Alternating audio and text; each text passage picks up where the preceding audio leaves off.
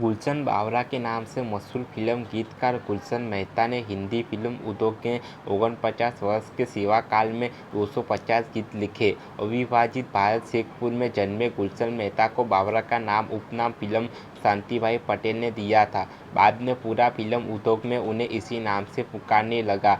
Film में काम शुरू करने से पहले बावरा भारतीय रेल में काम करते थे।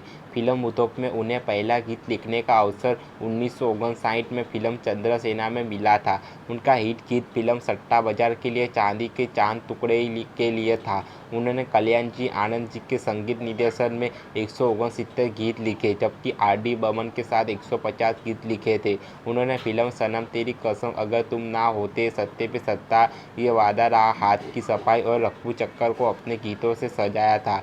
बावरा को फिल्म उपकार में मेरे देश की धरती और फिल्म जंजीर में मेरी यारी ईमान मेरा गीत के लिए फिल्म फेयर पुरस्कार मिला था। पिछले 7 साल में वह board of India performing writers society के निदेशक पद कार्यरत थे।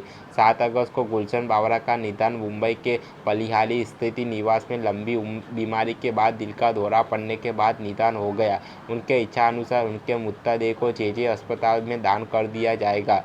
इसके बाद के आगामी कुछ साल गुलशन जी के मस्तकत वाले रहे और इन सालों में वे कई फिल्मों में अभिनय कर अपना गुजारा चलाते रहे। उनके जिस गीत ने पूरे भारत उनके नाम का सिक्का जमा दिया, उसके लिए सारा श्रेय उनकी गुड्स क्लर्क की नौकरी को देना उचित जाना पड़ता है। दरअसल रेलवे के मालवाहक विभाग में गुलशन बावरा अक्सर पंजाब से आई गेहूं से लंबी बोरियां देखा करते थे। वह ही उनके मन कभी ना भुलाई जाने वाली पंक्तियां बन पड़ी, जो हिंदी सिनेमा के इतिहास में अमर हो गई।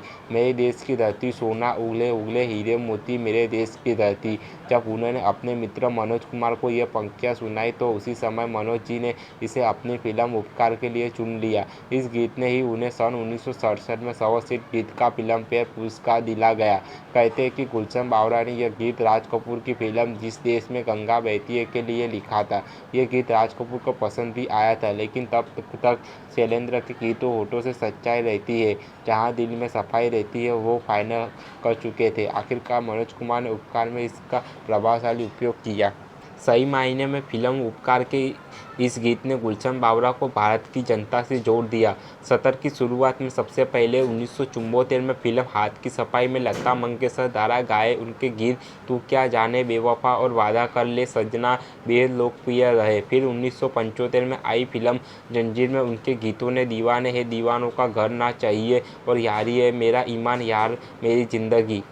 देश के विभाजन के समय हुए सांप्रदायिक दंगों में गुलशन के माता पिता की हत्या उनकी नज़रों के सामने ही हो गई। इसके बाद वह अपनी बड़ी बहन के पास दिल्ली आ गए। उन्हें स्नातक की शिक्षा दिल्ली विश्वविद्यालय में ली। अपने परिवार की घिसी-पिटी परंपरा को निभाते हुए उन्होंने वर्ष 1955 में अपने करियर की शुरुआत मुंबई में रेलवे लिपिक की नौकरी से की। उनका मानना था कि सरकारी नौकरी करने से उनका भविष्य सुरक्षित रहेगा।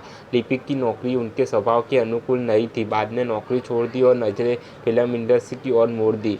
शुरू के दौर में फिल्म इंडस्ट्री में गुलशन बावरा को तरह तरह की कठिनाई का सामना करना पड़ा। उन्हें अपना संघर्ष जारी रखा और कई छोटे बजट की फिल्में भी की, जिनसे उन्हें कुछ खास फायदा नहीं हुआ। उसी दौरान गुलशन की मुलाकात संगीतकार जोड़ी कल्याण जी आनंद जी से हुई, जिनके संगीत निर्देशक में उन्होंने फिल्म सट्टा बाजार के लिए तुम्हें याद होगा कभी हम मिले थे गीत लिखा। लेकिन इस फिल्म के जरिए वह कुछ खास पहचान नहीं बना पाए। लेकिन उन गीतों को सुनकर फिल्म के वितरक शांतिभाई दावे काफ़ी खुश हुए। उन्हें विश्वास नहीं हुआ कि इतनी छोटी सी उम्र में भाई ने उनको बावरा कहकर संबोधित किया। इसके बाद वह गुलशन मेहता से गुलशन बावरा हो गए।